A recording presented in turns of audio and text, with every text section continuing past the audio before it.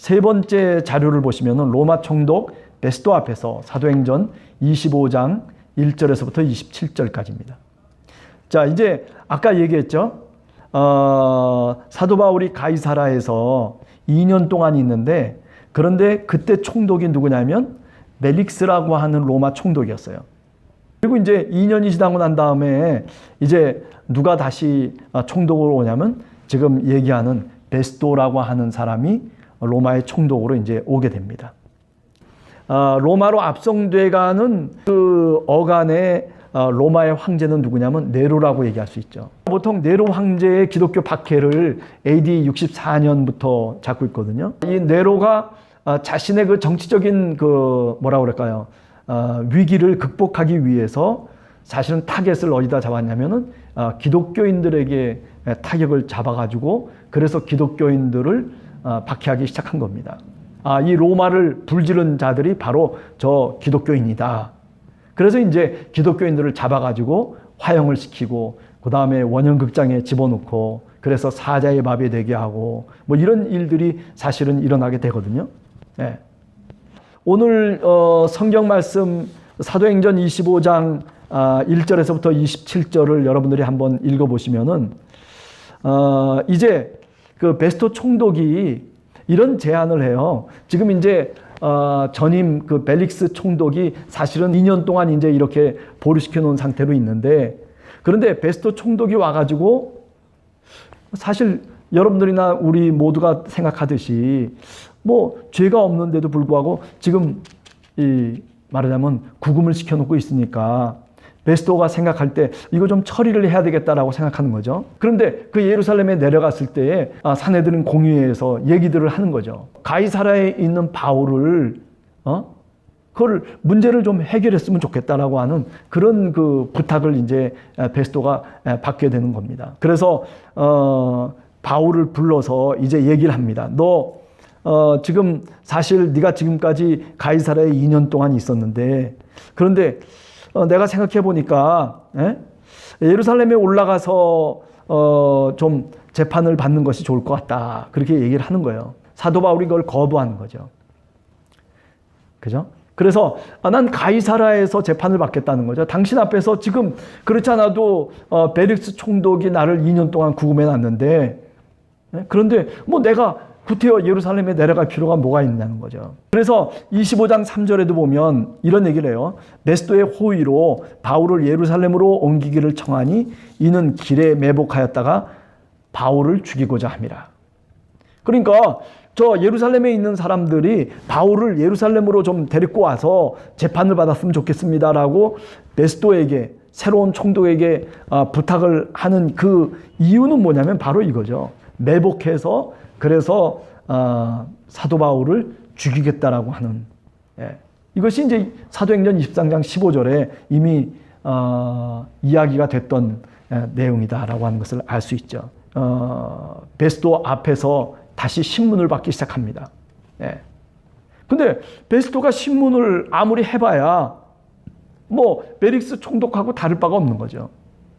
그래서 세 번째 자료에 보면 베스토 신문 결과 결국 뭐예요? 율법이나 성전에 대해서나 또는 로마 황제 가이사에 대해서 어떤 범죄적 증거가 없다는 거죠. 당연히 사도 바울은 로마의 시민이에요. 그렇기 때문에 정당하게 재판을 받을 그런 권리가 있는 거예요. 그러니까 참 어떻게 보면 만약에 사도 바울이 로마의 시민이 아니었더라면 아마 분명히 예루살렘에 내려와서 끌려가가지고 그래가지고 아마 살해를 당하든지 아니면 사형 집행을 당하든지 뭐 이런 어떤 양당 간의 결정이 났을 거예요. 그런데 마침 사도 바울은 로마의 시민권을 갖고 있는, 그것도 날 때부터 시민권을 갖고 있는 그런 사람이었기 때문에 사실은 로마 총독도 함부로 대하지를 못했다라고 하는 거죠. 자, 여하튼 간에 이렇게 그 베스토나 또는 베스토와 같이 함께 있었던 많은 사람들이 결국 이 유대인들이 고발한 그 고발 내용이 근거 없는 것이고 또 사도 바울도 가이사의 법정에 가서 내가 로마의 법정에 가서 내가 재판을 받겠다라고 그렇게 상소를 한 것으로 인해서 결국 이제 로마로 이제 압송이 되어가는 그런 이제 시간들이 이제 앞에 사실은 이제 나오기 시작하는 거죠. 그래서 네 번째 우리가 이렇게 한번 자료를 밴드를 보시면은 아그리파 왕이 이제 새로 부임을 하면서 말하자면 로마로부터 임명이 되면서 로마 총독인 베스토에게 와가지고 인사를 하는 거죠. 사실은 베스토 총독의 아내 이름이 버니게라고 하는 사람인데 바로 이 아그리파 왕의 2세의 누이죠. 그러니까 서로 친한 거예요, 사실은요. 우리가 그 벨리스 총독이라고 하는 요 베스토 총독 이전에 그 총독의 아내 이름이 누구냐면 드루실라거든요. 그래서 사도행전 24장에 나오는데 그 드루실라도 바로 이 아그리파 왕의 동생이에요. 그런 상태 속에서 아그리파 왕이 이제 베스토에게 뭐 놀러 왔든지 아니면 뭐 여러 가지 이유를 갖고서 이제 왔겠죠. 그래서 서로 이제 아그리파 왕하고 베스토가 같이 물어보는 거예요. 물어보는 거죠. 특별히 이제 아그리파 왕 같은 경우에는 유대인의 그 어떤 풍속에 대해서 또는 여러 가지 사정에 대해서 잘 알고 있었기 때문에 사도 바울을 불러가지고 이제 자초지종을 이제 쭉 물어보기도 하고 뭔가 좀 궁금했던 모양이에요. 그래서 이제 사도 바울이 아그리파 왕에게 자기를 변호하는 내용이 이제 26장 2절에서부터 23절까지 내용입니다. 그래서 사도 바울이 자기를 변호하는데 간단한 얘기예요. 우리가 네 번째 자료를 보시면은 먼저 다메섹 사건을 설명을 해요. 우리가 다메섹 사건이 사도행전에 보면 그죠? 맨 처음에 사도행전 9장에 나왔었죠. 그 다음에 사도행전 22장에 한 번 더 나왔죠. 그죠? 그리고 난 다음에 지금 오늘 26장에 다시 아그리파 왕한테 얘기를 하는 거예요. 이런 내용들이 갈라디아서 1장 15절 16절에도 나오고 그리고 고린도후서 4장 6절에도 역시 같이 나오는 내용이다라고 하는 것을 여러분들이 참고를 하시면 됩니다. 26장 18절 같이 한번 읽어봅시다. 시작. 그 눈을 뜨게 하여 어둠에서 빛으로 사탄의 권세에서 하나님께로 돌아오게 하고 죄사함과 나를 믿어 거룩하게 된 무리 가운데서 기업을 얻게 하리라 하더이다. 부활하신 주님께서 빛으로 임하셨다는 거예요. 그런데 그 빛을 지금 사도 바울은 여기 사도행전 26장 18절에서 뭐라고 얘기하냐면 어두움에서 빛으로 그리고 사탄의 권세로부터 하나님께로 그리고 죄사함과 그리고 주님을 믿어서 거룩하게 된 그런 성도의 기업을 얻도록 하시기 위해서다라고 그렇게 사도 바울에게 얘기했다는 거예요. 누가? 빛 속에서 부활하신 그리스도가 그죠? 사도 바울에게 다메섹 도상에서 그렇게 얘기했다는 거예요. 이게 참 어떻게 보면 굉장히 신학적인 내용입니다. 어떤 신학적인 내용을 갖고 있어요? 어둠에서 빛으로. 지금까지 사도 바울이 다메섹 도상에서 부활하신 그리스도를 그 빛을 만나기 전까지는 어둠 속에 있었다는 거죠. 내가 새롭게 창조됐다라고 하는 그런 의미를 사실상 이야기하고 있는 겁니다. 그 다음에 사탄의 권세로부터 하나님께로 옮겨졌다는 거죠. 그 전까지는 바리새파로 그리고 열성당으로 그야말로 그리스도를 핍박하는 교회를 핍박하는 그런 어떤 모습을 갖고 있었던 사도 바울. 그게 바로 사탄의 권세 속에 있었다는 거죠. 이거는 굉장히 참 아주 도발적인 얘기죠. 그것으로부터 다시 하나님이 나를 돌아오게 했다는 거죠. 하나님의 나를 다시 하나님의 백성으로 하나님의 종으로 하나님이 나를 삼도록 그렇게 역사하셨다라고 하는 거죠. 또 뿐만 아니라 죄사함과 그리고 주님을 믿어서 거룩함에 이른다라고 하는 거죠. 그러니까 어떤 제사를 드려서 거룩함에 이르는 게 아니고 바리새파 사람들이나 또는 유대인들이 생각하듯이 그런 거룩함에 이르는 길이 사실은 뭐예요? 지금 이 사도 바울은 뭐라고 얘기하냐면 그 아그리빠 왕한테 얘기하는 거예요. 예? 그런 것들이 아니라는 거죠. 지금까지 그렇게 생각했는데 그게 아니더라는 거죠. 예? 죄사함과 그리고 예수 그리스도를 믿는 그 믿음을 통해서 거룩함을 얻게 된다라고 하는 것을 지금 얘기를 하고 있는 겁니다. 예. 그러니까 어떻게 보면 굉장히 신학적 교리를 지금 이 사도 바울이 26장에서 말하고 있다라고 그렇게 이야기할 수 있을 것입니다. 자, 오늘 우리들도 마찬가지예요. 우리들도 예수 그리스도를 믿었다. 그리고 우리가 교회의 그리스도의 몸된 지체로서 오늘 우리가 살아가고 있다라고 하는 것은 지금 사도 바울의 고백과 같아요. 우리가 예전에는 어둠 속에 있던 사람들의 다. 그런데 마치 창세기 1장 3절에서 하나님이 빛이 있으라 해가지고 빛이 생겼던 것처럼 우리 마음속에 고린도후서 4장 6절에 보면 그리스도를 아는 영광의 광채가 우리 마음속에 비춰졌다는 거죠. 그 전까지는 우리 모두가 다 어둠의 자녀였다는 거예요. 아무리 율법을 지키고 아무리 내가 도덕적으로 살고 아무리 내가 양심적으로 살고 나는 부끄러움 없이 산다라고 그렇게 얘기한다 손 치더라도 신학적으로 보면 다 그것은 뭐냐면 어둠 속에 살고 있는 거예요. 네. 그런데 예수 그리스도를 통해서 그 믿는 믿음을 통해서 하나님이 우리 마음 속에 우리 영혼 속에 빛을 집어넣으셨다는 거죠. 네. 그 빛은 그냥 단순한 빛이 아니라 그리스도를 아는 빛이고 그 빛은 단순한 빛이 아니라 세상을 창조할 때 하나님께서 말씀하셨던 바로 그 빛을 우리들에게 비추셨다는 겁니다. 예, 이거 대단한 얘기입니다, 사실은요. 예. 이게 사도행전 9장에 나오는 그때 사도 바울이 다메섹 체험을 얘기할 때와 조금 달라요. 또 22장에서 얘기한 것과도 또 달라요. 그러니까 아마 사도 바울은 점점 시간이 지나가면서 그죠? 3차 전도여행까지 다 끝마치고 그리고 이제 로마로 압송돼 나가는 그런 시점에서 어쩌면 지금 60년 정도 되잖아요. 이 시점에서 사도 바울은 상당히 신학적으로 모든 것들을 정리하고 있었던 것 같아요. 그러니까 사도 바울의 입장에서는 로마서를 쓰고 난 다음에 얘기거든요. 그러니까 굉장히 어떻게 보면 신학적으로 교리적으로 자신의 생각이 다 정리되어 있는 상태예요. 그렇기 때문에 이런 얘기를 제가 보기에는 할 수 있었겠다라고 하는 생각을 해보게 되는 거죠. 부활의 그리스도를 만났을 때는 그 다메섹 사건이 어떤 신학적 의미를 갖고 있는지 잘 몰랐어요.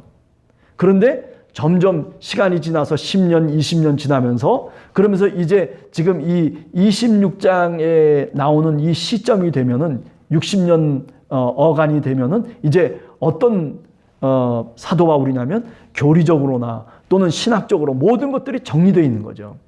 그래서 그 옛날에 다메섹 사건을 떠오르면서 그 사건이 사실은 어둠 속에 하나님이 빛을 만드신 그 빛의 사건이었다라고 그렇게 얘기하는 거예요. 예.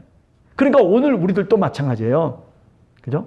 다시 말씀드리지만은 우리가 예수 그리스도를 믿었다라고 하는 게 그게 단순하게 믿어서 구원받습니다라고 하는 그런 차원이 아니라 지금 여기서의 얘기는 뭐냐면 어둠에서 빛으로 우리를 창조해내신 하나님 그분을 오늘 우리가 이야기할 수 있겠다는 거죠. 이게 고린도후서 4장 6절에 나오는 말씀이에요. 네. 자, 그리고 난 다음에 네 번째 얘기를 합니다. 16절에서부터 18절을 읽어보면 네가 나를 본 일과 장차 내가 네게 나타날 일에 너로 종과 증인을 삼으려 함이다. 저는 여기서 중요한 것이 그거예요. 그래요. 부활하신 그리스도를 이 광채 속에 나타나신 그 그리스도를 본 것. 그리고 이제 그리스도를 통해서 그죠? 또 다른 계시들을 사도 바울이 이제 깨닫게 되고 그리고 그리스도를 아는 풍성한 그 지식 속에서 이제 모든 사람들 앞에, 이방 민족들 앞에, 그리고 아직도 구원받지 못한 그런 백성들 앞에서 그리스도의 종으로, 그리고 그리스도의 부활의 증인으로 살아갈 것이다라고 하는 그런 말씀을 언제? 다메섹 도상에서 받았다는 거죠. 네. 그러니까 이게 지금 26장에서 이 지금 아그리빠 왕에게 다메섹 사건을 이야기하는 것은요, 굉장히 신학적인 해석을 갖고 지금 얘기하고 있는 거예요. 예. 그냥 단순히 역사적 사건이 이런 사건이 있었습니다라고 하는 것을 얘기하려고 하는 것이 아니라 그 사건의 의미와 해석을 지금 아그리빠 왕한테 이야기하고 있는 거다라고 하는 거죠. 예. 나는 이제 그 다메섹 도상의 그 사건을 통해서 내가 그리스도의 종이 됐고, 그리고 내가 부활의 증인으로서 살겠다라고 하는 그런 사명을 내가 거기서 받았다는 거예요. 예. 자, 그렇기 때문에 오늘 우리들도 사실은 마찬가지예요. 우리가 정말 예수 그리스도를 믿는 신앙인으로서 오늘 하나님이 우리를 부르셨어요. 이거는 곧 뭐와 같냐면 지금 오늘 사도 바울이 16절에서 18절에 얘기하는 것처럼 우리를 그리스도의 종으로 부르신 거예요. 우리는 그리스도의 종들이에요. 예. 내가 주인 행세를 하는 것이 아니라 나는 그리스도의 종입니다라고 하는 그런 마음과 그런 신앙심 속에서 우리는 그리스도를 쫓아간다고요. 그리스도가 말씀하신 대로 살려고 하고 그리스도가 우리를 이끌어 가시는 대로 우리가 그렇게 이끌어 가기를 소원하면서 기도하면서 사실은 오늘 또 살아간단 말이에요. 네. 그죠? 그것뿐만 아니잖아요. 그렇기 때문에 우리가 우리 주장을 할 수 없는 거예요. 네. 그리스도께서 사셨던 그 모습대로 우리가 살아야 되고 그분이 말씀하셨던 그 말씀대로 순종하면서 살아가는 것, 그것이 바로 그리스도의 종된 모습이죠. 그 다음에 두 번째, 증인으로 우리를 부르셨다는 거죠. 증인의 사명. 그죠? 우리가 뭐 제자로서의 사명이 아니라 그리스도의 증인으로서 산다는 거죠. 사도행전 1장 8절 이하에 보면 뭐라고 얘기해요? 성령이 너에게 임하시면 너희가 권능을 받고 예루살렘과 온 유대와 사마리아와 땅끝까지 이르러 무엇이 되게 하리라? 내 증인이 되리라. 그렇게 얘기해요. 증인으로서의 삶. 우리가 뭐 제자가 돼가지고 그래가지고 뭐 이렇게 저렇게 얘기하는 것이 아니라 우리는 이 그리스도의 증인입니다라고 하는 거죠. 우리는 모두가 다 그리스도의 빛을 받아서 그래서 오늘 또 살아가는 사람들이라고 하는 그런 의미를 담고 있는 거죠. 예. 자, 그래서 다섯 번째 그 자료를 보시면 그래서 어떻게 하는 거예요? 성전에서 내가 그래서 유대인들 앞에서 이방인들 앞에서 내가 뭘 얘기했다는 거예요? 회개하라, 하나님께 돌아오라 이렇게 전파했는데 그런데 어떻게 했다는 거예요? 아그리빠 왕이요. 그런데 나를 죽이고자 한다는 거죠. 이게 말이나 되는 얘기냐는 거죠. 내가 누구를 해한 적이 있습니까? 내가 누구에게 나쁜 말을 한 적이 있습니까? 아그리빠 왕, 당신이 알듯이 나는 성경 속에서 하나님이 이렇게 말씀하시고 그리고 이렇게 얘기한 이 진리를 나는 증인으로서 오늘 그리스도의 종으로서 아그리빠 왕에게 내가 이야기한다는 거죠. 네. 그렇죠? 네.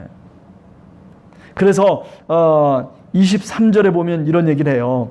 곧 그리스도가 고난받으실 것과 죽은 자 가운데서 먼저 다시 살아나사 이스라엘과 이방인들에게 빛을 전하시리라 함이니이다. 네. 이 사도 바울이 무엇을 전파하고 무엇을 말했느냐?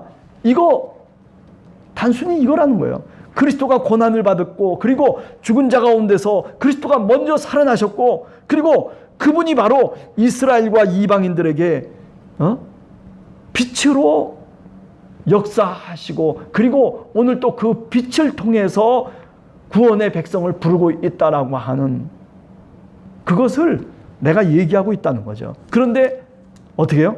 그런데 유대인들이 21절에 보면 성전에서 나를 잡아 죽이고자 한다 하는 거죠. 말이나 되는 얘기예요? 뭐 우리도 너무나 잘 알고 있어요. 그죠? 이거는 말이 안 되는 얘기임에도 불구하고 그런데 어떻게 됐어요? 그런데 현실적인 그 유대 정치 세계 속에서 결국 이런 모양으로 결국 잡혀서 투옥되고 그리고 매를 맞고 그리고 감옥에 갇히고 그리고 2년 동안 구류를 살고 이제 또 역시 결론 없이 다시 또 로마로 압송돼가는 이런 억울한, 그죠? 그런 어떤 모습들을 우리가 성경을 통해서 바울의 어떤 일생을 한 번 더 우리가 알게 되는 겁니다. 알게 되는. 저는 오늘 이 성경 말씀을 쭉 25장에서부터 또 26장까지를 쭉 읽어보면서 그런 생각을 해봐요. 우선 첫 번째로는 뭐냐면은 이 진실이라고 하는 것이 이게 꼭 진실임에도 불구하고 그런데 많은 사람들은 자신들의 이해관계를 통해서 그 진실을 말하자면 판단하는구나 하는 거죠. 네. 그죠? 내 이해관계 속에서 이게 진실이다라고 얘기할 뿐이지 정말 진실이기 때문에 그것을 진실로 얘기하는 그런 경우들이 그렇게 많지 않다는 거예요. 다 서로가 이해관계 속에서 이게 진실이라고 서로 이야기할 뿐이에요.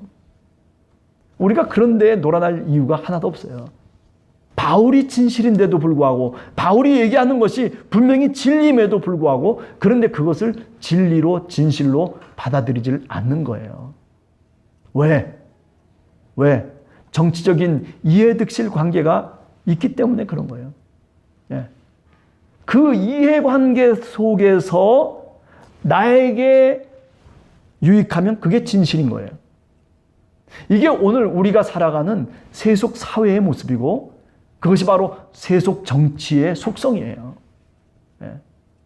바울은 그런 어떤 사회적인 모습과 그런 세속적인 어떤 모습 속에서 그것을 실망하지 않았다는 거예요. 왜? 이미 하나님께서 바울에게 증언을 하셨어요. 너 로마까지 갈 거다. 로마에 가서 네가 증언할 것이다 라고 하는 그런 말씀을 이미 받았어요. 하나님의 말씀을 갖고 있는 사도 바울의 그렇기 때문에 담대한 거예요. 오늘 25장 26장 계속 우리가 쭉 읽어가 보면 바울은 담대하게 증언을 합니다. 26장 24절에서부터 29절을 한번 여러분 읽어보시기 바랍니다. 바울이 이같이 변명하며 베스도가 크게 소리내어 이르되 바울아 내가 미쳤도다. 네 많은 학문이 너를 미치게 한다 하니 바울이 이르되 25절 얘기해요. 뭐라고 얘기해요? 베스도가 카여 내가 미친 것이 아니요 참되고 온전한 말을 하나이다. 당신이 어떻게 생각하든지 간에 나는 내 이야기를 하겠다는 거예요. 나는 담대하게 증언하겠다는 거예요. 왕께서는 이 일을 아시기로 내가 왕께 담대히 말하노니 이 일에 하나라도 아시지 못함이 없는 줄 믿나이다. 이 일은 어떤 한쪽 구석에서 그저 몰래 어떻게 하다 보니까 일어난 일이 결코 아니다라고 하는 거죠. 아그리빠 왕이여 선지자를 믿나이까 믿으신 줄 아나이다. 아그리빠가 바울에게 이르되 네가 적은 말로 나를 권하여 그리스도인이 되게 하려 하는도다. 바울이 뭐라고 얘기해요? 그렇습니다. 내가 말이 적으나 내가 말이 많으나 당신뿐만 아니라 오늘 내 말을 듣는 모든 사람도 다 내가 이렇게 결박된 것 이외에는 나와 같이 되기를 하나님께 원하나이다. 좀 우리도 이런 신앙이 됐으면 좋겠어요. 저도 이런 신앙의 어떤 사람이 되었으면 좋겠다라고 하는 생각을 해요.